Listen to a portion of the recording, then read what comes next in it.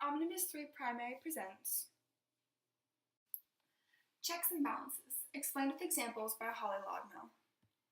How exactly does the checks and balance system of our government work?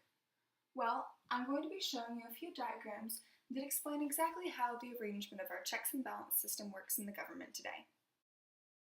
The legislative portion of our government makes the laws, the judicial portion of our government interprets the law at the request of the people, and the executive portion approves the laws once they are made by the legislation. The judicial portion of the government deals with the issues of the people, the legislative portion holds the judicial accountable, and the executive provides the judges and officers in order to enforce the laws used in the judicial. The executive portion of the government approves the laws, appoints judges and officers, and creates peace treaties. The legislation can overthrow the vetoes, and the judicial can approve or disapprove peace treaties. Let's play a game of government What Should You Do? Rules. 1. For the sake of this game, as this video is being created for Classical Christian Academy, I'm going to assume that your ideals match that of a typical Christian and will base the answers of the game off of that. 2. As I read each slide, think of ways that you, in your representative section of government, could fix the problem. 3. I will change the slide to reveal the answer that I came up with. Your answer could differ because I may not have been able to see all of the possibilities. 4. This game isn't super uniform. There aren't any points. It's simply made for your education and enjoyment. 5. Have fun and remember what you have learned. It may be useful in later life.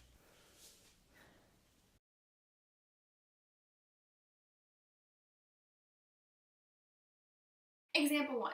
You are the president. Congress passes a law that prohibits funding being given to hospitals that refuse to perform abortions.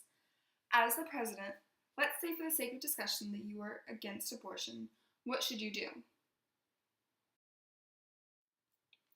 As the president, you have the power to veto any law that Congress has passed.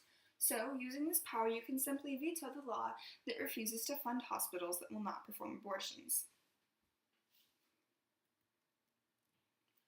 Example 2. You're in the House of Representatives.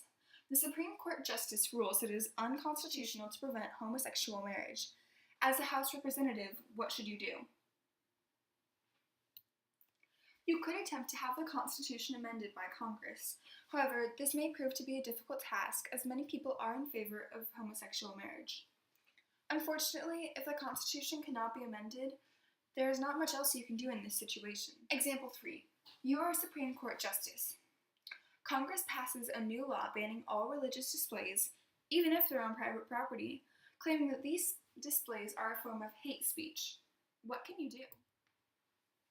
You could try and use the power of judicial review to rule the law as unconstitutional, as it could be considered a violation of the First Amendment, that is, freedom of speech.